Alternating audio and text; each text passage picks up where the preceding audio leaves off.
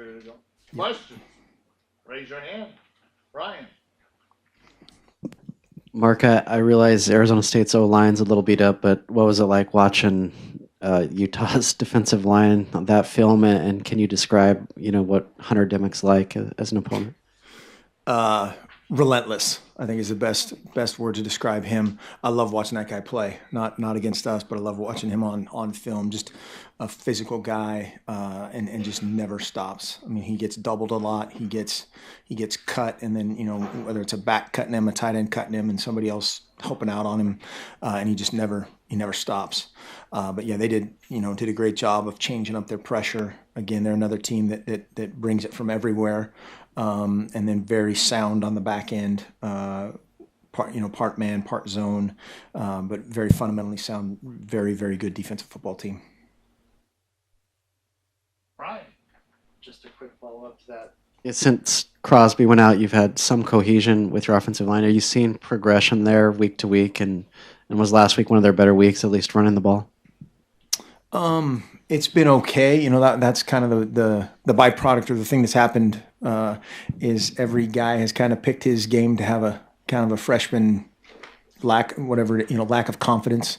And so when one guy, not chooses to do that, but that occurs, it's tough sledding for either the quarterback or the running back, or just the rhythm and the cohesion. But the communication was better. Still, we weren't 100% by any stretch. But yeah, they're collectively getting better. Absolutely.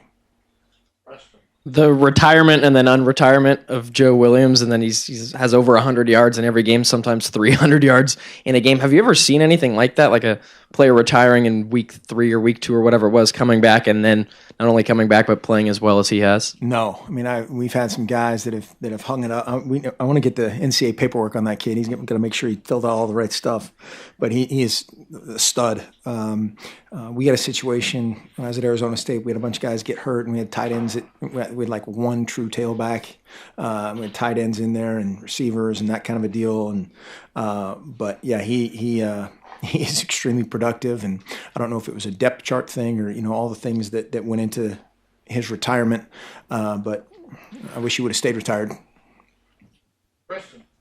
Talking with players this week, they said they feel like they're not able to get out to that quick start. And then as you see against Stanford, opponent kind of takes control, 14 unanswered points. What do you guys work on in practice to try to get them out to score on that first drive like you guys were able to do a few weeks ago? We've changed it up. We've had today we did basically 40 seconds left in the game, urgent type of scenario right off the bat. Last week we did it was 4th and goal for the ball game, 3rd and inches with the Stanford, O-line package one other day. Just trying to change it up and find that button to again create that urgency. I thought part of it, again last week we had a drop ball on the first 3rd down that's a really we had a great situation there, great ball, and then a couple other things that were self-inflicted penalties, another drop later in that first half. But you don't know if that's anxiety or what. But it's different. It's different things every time. It's not one thing. Last week you mentioned how important the scout team was for preparing for Stanford. What different players on the scout team have you utilized this week to help prepare for Utah? Yeah, I thought it's funny you bring that up. I thought the defensive line today was really good as a scout team, and that's obviously big. Those guys create so much havoc on their defense. Jeff Lockey's done a phenomenal job all year, not only as a quarterback, but just as a leader of the offensive unit, and really getting those guys excited and playing those roles. And so yeah, those guys are vital.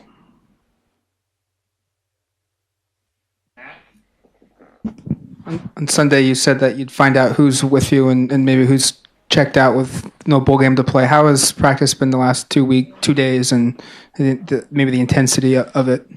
Today was very intense. Today was very physical. We've challenged everybody in a few different ways, but it was very physical. Yesterday we did a little bit more of a mental day. Obviously had a couple things to clean up from the game in the weekend, and the rest of it was all mental. Kind of off that, yesterday, Coach Neal was talking about how he wants to try to score the upset this weekend at Utah. Is maybe an underdog role something you use as motivation for your team to? I mean, I imagine you're kind of trying to use a couple different things to motivate your team to go out and get a win the way that this season's gone. Haven't directly said underdog or that kind, really anything in that vein. We need to play, just play together, play better, play that complementary football that we talked about a little bit on the weekend. And, but yeah, whatever can stoke their fire, if that gets the defensive backs ready to go, or it's, the defense to play with a chip on their shoulder, great. What qualifies as like a more mental day than your typical Monday? More just walk through stuff. We had some stuff to again, kind of at this part of the season, you're doing that in general, and then with the attrition that we've had, just less hitting, less running, more when we do the correct and review kind of stuff from the previous game, more of a walk and talk type of thing. At the beginning of the season, that's a little bit more full speed. And then the same thing as we prepared and flipped it toward Utah, a little bit more walkthrough mode than full speed yesterday. You guys have always been pretty light on the hitting, obviously with the NCAA cutting back some of that and Pac-12 too. But even with all the attrition, do you guys cut back even more? I mean, how much even wrap-up stuff are you even doing at this point?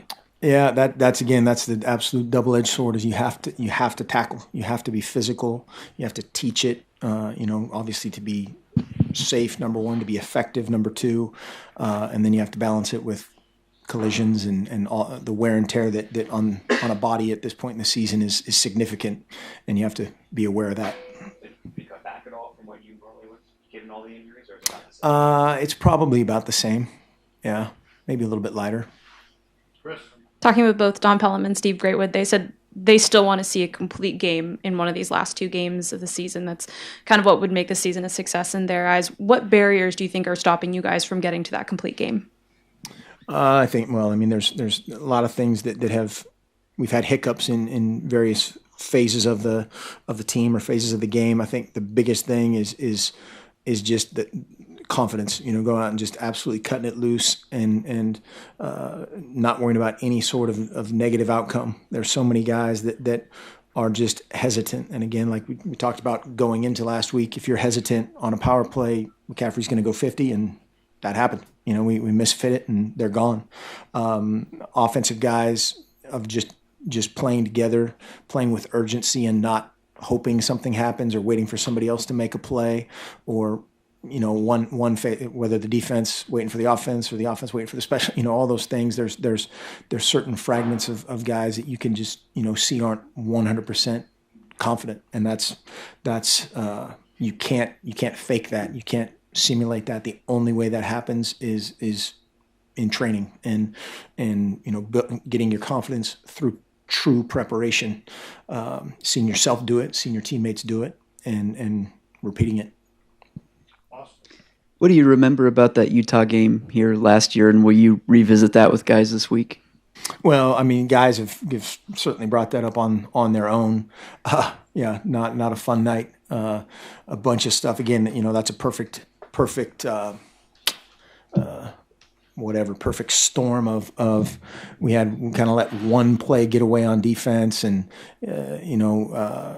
Vernon was left, and that I'd like to do a psychological experiment on the late part of that second quarter onward. But again, hopefully we've learned from it.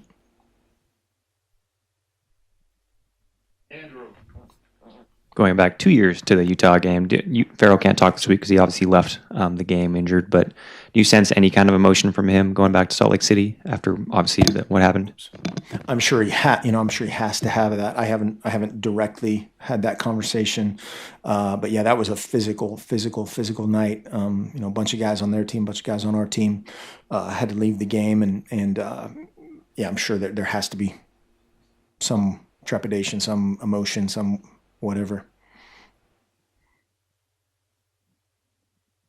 I've been asking several players about this, but the last couple weeks there's been some pretty highly charged incidents of blackface on campus, and a lot of players are saying within the locker room it's been something that's been talked about quite a bit, and people are pretty upset about it. I wasn't sure, as a coach, you guys kind of refer to yourself as educators. Is that something you try to have a conversation with players these last 2 weeks, or do you let that stay in the locker room?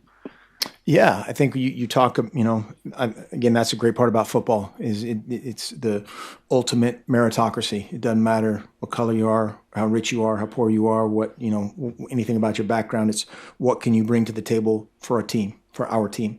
And those things, I think, society, and obviously with the election and all the things and hyperbole that has gone on there, those are great things to bring up and talk about, and then again, how they affect our team. But yeah, we talked about, some of those things, not specifically that incident, but, I think again, it's what makes football great, and what makes that so rare, probably in society. Anything else? Okay. Thanks.